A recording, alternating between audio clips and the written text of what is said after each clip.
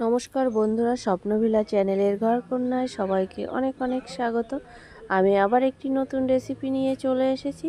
আজকে আমি চালতে আচার তৈরি করে এখন কিন্তু চালতা পাওয়া যায়। এই চালতাগুলো হচ্ছে আমাদের মামা দিয়ে গেছে। এখন আমি চালতাগুলো আচার তৈরি করব। চালতার আচার তৈরি করার জন্য নিয়েছি 5টা চালতা। এই যে চালতাগুলো এরকম। আমার সঙ্গে থাকুন এবং শেষ পর্যন্ত দেখতে থাকুন আমি চালতের আচার কিভাবে তৈরি করি। চালতের আচার তৈরি করার জন্য চালতাগুলো এই যে কেটে নিয়েছি, সব এরকম খোসা ছাড়িয়ে কিন্তু কেটে নিয়েছি চালতেগুলো। এবার আমি চলে এসেছি রান্নাঘরে। একটা উনুনের পরে কড়াই বসিয়ে দিয়েছি। আচার তৈরি করার জন্য একটা স্পেশাল মশলা তৈরি করে নেব। মশলার জন্য কড়াইতে দিয়ে দিয়েছি ধনে, জিরে, শুকনো লঙ্কা, 4-5টা এলাচ। এগুলি ভালো করে লাল লাল করে ভেজে নেব। দেখতেই পাচ্ছেন আমি কেমন করে ভাজি, খুব সুন্দর গন্ধ বেরিয়েছে। মশলাগুলি ভাজা হয়ে গেছে, একটা শিলের পরে নামিয়ে নিয়েছি। আবার কড়াই বসিয়ে দিয়েছি উনুনের পরে। কড়াইতে দিয়ে দেব জল, চালতেগুলো সিদ্ধ করে নেওয়ার জন্য। চালতের যে কষ ভাবটা থাকে না, কষ ভাবটা বেরিয়ে যাবে না, আচারটা খেতে আরও সুন্দর হবে।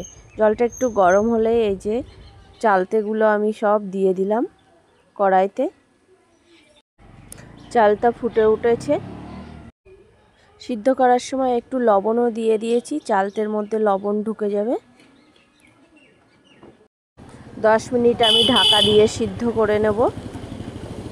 যে ঢাকা দিয়ে দিয়েছি, 10 মিনিট পরে আমি ঢাকাটা তুলে দেখে নেব কেমন হয়েছে। দেখুন চালতেগুলো কিন্তু আমার একদম সিদ্ধ হয়ে গেছে। এই যে হাত দিয়ে আমি টিপে দেখছি, চালতেগুলো কিন্তু পুরো সিদ্ধ হয়ে গেছে। এবার চালতেগুলো আমি একটা ঝুড়িতে নামিয়ে নেব। কে কে চালতের আচার খেতে ভালোবাসো অবশ্যই কমেন্টে জানিও। চালতেগুলো কড়া থেকে ঝুড়িতে নামিয়ে নিয়েছি।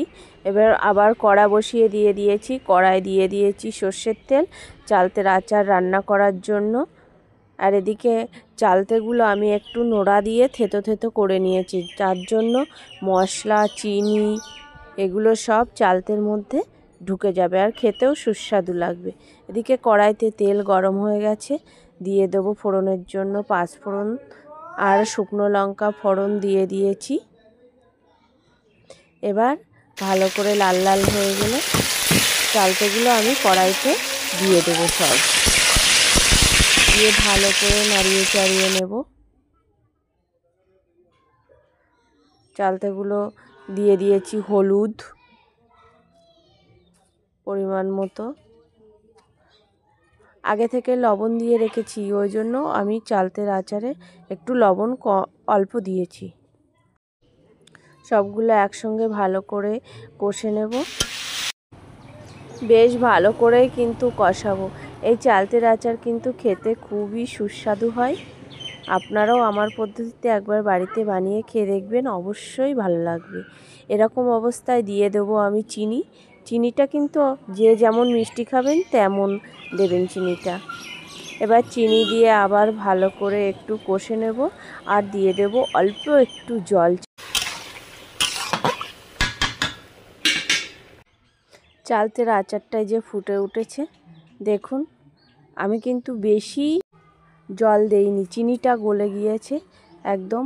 আর এরকম অবস্থায় যে ভাজা মশলাটা রেখেছিলাম সেই ভাজা মশলার গুঁড়োটা এবার দিয়ে দেব। এই ভাজা মশলা আচারকে দুর্দান্ত এবং খুবই সুস্বাদু করে তুলবে। আমি কিন্তু চালতের আচার তৈরি করছি, চাটনি নয় কিন্তু, ওই জন্য একদম গ্রেভিটা পুরো একদম গায়ে গায়ে লেগে থাকবে, সেরকম অবস্থায় আমি নামিয়ে নেব। দেখুন আচারটা আমার রান্না হয়ে গেছে, এবারে আমি কড়া থেকে নামিয়ে নেব। চালতের আচার আমি কড়া থেকে নামিয়ে নিয়েছি। দেখুন কত সুন্দর হয়েছে দেখতে। ভিডিওটি অবশ্যই ভালো লাগলে আমার পদ্ধতিতে একবার বাড়িতে তৈরি করব। আজকের ভিডিওটি এখানেই শেষ করছি। ভিডিওটি ভালো লাগলে লাইক, কমেন্ট, শেয়ার, সাবস্ক্রাইব করবেন। ভালো থাকবেন, সুস্থ থাকবেন। ধন্যবাদ, টাটা, বাই বাই।